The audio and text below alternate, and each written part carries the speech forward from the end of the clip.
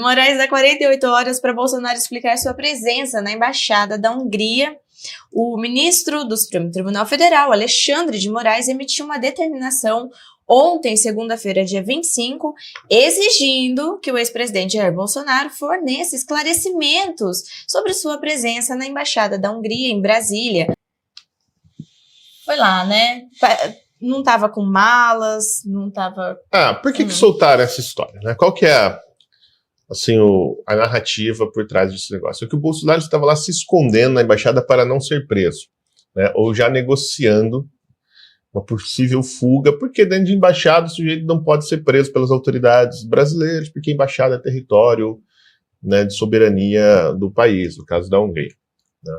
E aí, como o Orbán é um fascistão maldito, né, da direita extremista europeia, etc, amigo do Bolsonaro, se encontraram lá na Argentina agora, né, o Orbán veio para posse. O Bolsonaro só não foi para a Hungria porque teve a pandemia, né? O pessoal do partido do Orbán de fato adora o Bolsonaro, né?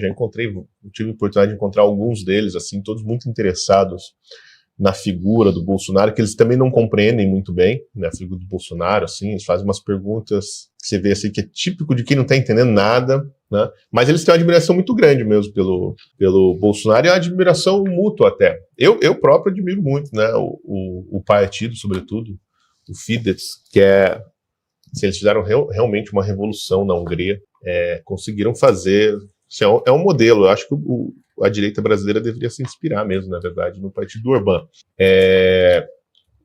Mas, e aí o Bolsonaro foi lá, né?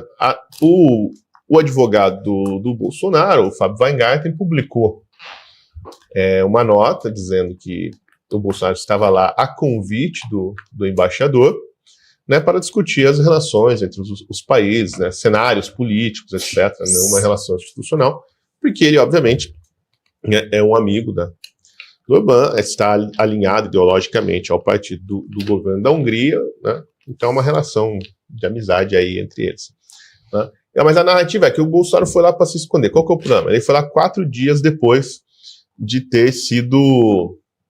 o seu passaporte apreendido lá na Operação Tempus Veritatis, né? Para ele não poder deixar o país. Então, ir para a embaixada seria o equivalente a deixar o país, né? Só que qual o problema dessa história, Ana? Que algumas coisas não fazem sentido, né? Primeiro, ele estava fugindo do quê?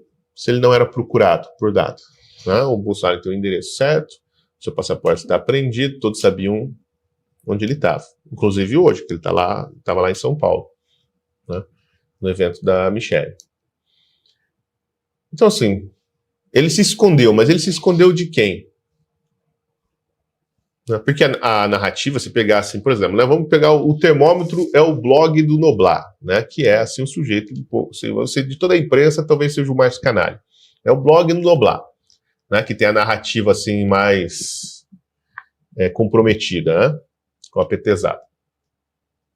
O Noblar está lá falando que ele se escondeu.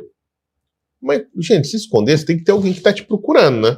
Para ele estar escondido. Ou ele fugiu, tem que ter alguém que está querendo prender. Então, assim, isso simplesmente não cola. 4 dias depois da operação, bom, se ele tivesse com medo de ser preso, precisasse se esconder numa embaixada para não ser preso, né, ele teria ido já no mesmo dia, ou no dia seguinte, né, e ele resolveu ir durante o feriado do Carnaval, né. Então, assim, é uma coisa que não está fechando essa conta. Não está, sobretudo, por onde foi veiculado. Exatamente. Nesse momento, os caras lá do New York Times tendo acesso a isso, soltando para repercutir, não é? Exatamente. Agora, assim, outra coisa que não fecha é o seguinte, tudo isso aí vem com uma grande novidade. É lógico, no mundo do jornalismo foi uma bomba, assim, né? Nossa, o Bolsonaro foi lá, que de fato não é normal também, né? Isso a gente também tem que falar. Não é normal um ex-presidente ir numa embaixada e passar 2 dias. Ainda mais quando o Bolsonaro mora em Brasília. Se ele, sei lá, estivesse morando no Rio, daí ele foi para Brasília para tratar com o embaixador e ficou lá hospedado na casa do embaixador, beleza, né? Agora, assim, as embaixadas normalmente são preparadas para receber hóspedes, né? Porque normalmente a embaixada é a casa também do embaixador, então você fica lá na casa do cara e tal, né? hospedado. Inclusive a embaixada da Hungria tem um apartamento próprio para hóspedes, né? Mas assim, de qualquer maneira também não é comum.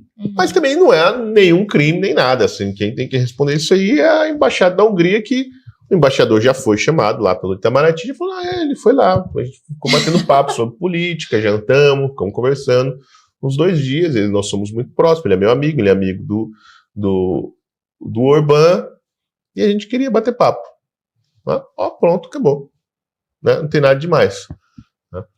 Então isso aí é esquisito. Mas o que é mais esquisito é o seguinte, que tem saído dessa matéria, e lógico, todo mundo ficou bastante surpreso, mas o que não me desce de jeito nenhum, não consigo engolir, é que isso é uma novidade, sabe? Que ninguém sabia. Porque, veja, a Polícia Federal, que é quem confiscou o passaporte do Bolsonaro, ela monitora até um cidadão português, até as opiniões de um cidadão português sobre urna eletrônica brasileira. Né? Ela monitora o que um jornalista português fala sobre o chefe da Polícia Federal, o senhor Alexandre de Moraes. Né? Ela monitora os voos de um jornalista independente português que fica lá num blog. Né? A Polícia Federal monitora absolutamente tudo nesse país. Tá? É o grande Big Brother. Né? A Polícia Federal tem acesso aos celulares de praticamente todo mundo que ela prendeu aí nesse negócio dessas operações do Alexandre de Moraes. Né? A Polícia Federal não estava monitorando o Bolsonaro 4 dias depois da operação em que invadiu a casa dele, pegou o celular dele, etc, etc. Você vai querer me dizer que a Polícia Federal não sabe onde o Bolsonaro está hoje, que não monitora os seus passos, né? As suas passagens aéreas, né? O seu carro? Porque, veja, curiosamente, tem uma outra coisa engraçada também na matéria do New York Times, que é o seguinte: por acaso, naquele momento, né, alguém resolveu fazer uma imagem de satélite para justamente no momento em que o carro do Bolsonaro estava estacionado no pátio da embaixada. Quer dizer, todo mundo sabia que o Bolsonaro estava ali, né? Esse negócio foi, obviamente, plantado. Né? Olha, eu não ficaria surpreso se a segurança da embaixada, que certamente é brasileira, né? Porque quando as embaixadas encontraram uma série de serviços terceirizados, talvez o chefe da segurança não, mas os funcionários da segurança devem ser brasileiros. Não ficaria surpreso se ali, na embaixada da Hungria, tivesse ou ex-agentes da Polícia Federal fazendo bico de segurança, né? Trabalhando como segurança, ou próprios agentes da ABIN, né? Infiltrados ali para monitorar, justamente porque a Hungria, né, é um país fascista, pipipopopó, né? Tem essas relações e estão sendo espionados, né, desde dentro pela própria BIM. Sinceramente, não me surpreenderia se isso estivesse acontecendo. Né? Mas também o mais provável é que o simples, né, brasileirinho viu o Bolsonaro lá e falou: vou ganhar uma grana, vou pegar esse aqui e entregar para um Jonas qualquer, ou para a própria Polícia Federal e vazar lá para um jornalista qualquer do New York Times. Né? Foi onde esse negócio foi parar. Certamente para chegar no New York Times passou na mão de outras pessoas. Né?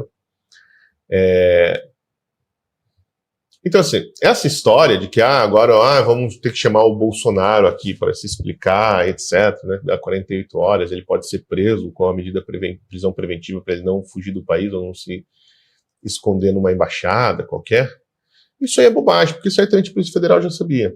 Né? Então, assim, o que pode ser? Qual é a hipótese, né, a mais provável? É que, de novo, numa jogadinha com a mídia, né, o STF solta uma coisa, a Polícia Federal solta uma coisa para a imprensa, né, para justificar uma ação, que é prender o Bolsonaro de maneira preventiva, o que eu acho que não vai acontecer. Né? É arriscar demais o que eles estão fazendo, muito cautelosamente, para só prender o Bolsonaro depois de tudo estiver devidamente julgado. Né? Eu não acho que eles vão prender o Bolsonaro agora e criar um climão, mas eu posso estar errado e, né, não há nenhum problema nisso. Quem sabe, quando o Bolsonaro for lá se explicar no STF, ele fique preso também, igual o Cid. Né? Mas eu acho que não vai acontecer. Justamente porque ir numa embaixada não há nada demais. Né? Porque ele não estava sendo procurado, ele não estava devendo nada para a justiça, não está nada. Ele foi numa embaixada, saiu da embaixada por livre e espontânea vontade e continuou tocando a vida dele normalmente. Tá? Então, a verdade é que nada aconteceu. Mas o que eu não engulo é essa história de que ninguém sabia. Assim, é praticamente impossível a Polícia Federal não estar monitorando todos os passos do Bolsonaro e não saber que ele esteve na embaixada naqueles 2 dias, né, na embaixada da Hungria. E se não falou nada até então, é porque, de fato, ou não era um problema, não era um assunto, se o Xandão já não mandou ele se explicar, é porque não era um assunto, ou porque não ia colar e ia precisar fazer um barulhinho da mídia, né? Mas é um não assunto. Essa história, 100%, isso aqui eu falo com total segurança, 100%, só veio à tona por conta do caso da Marielle.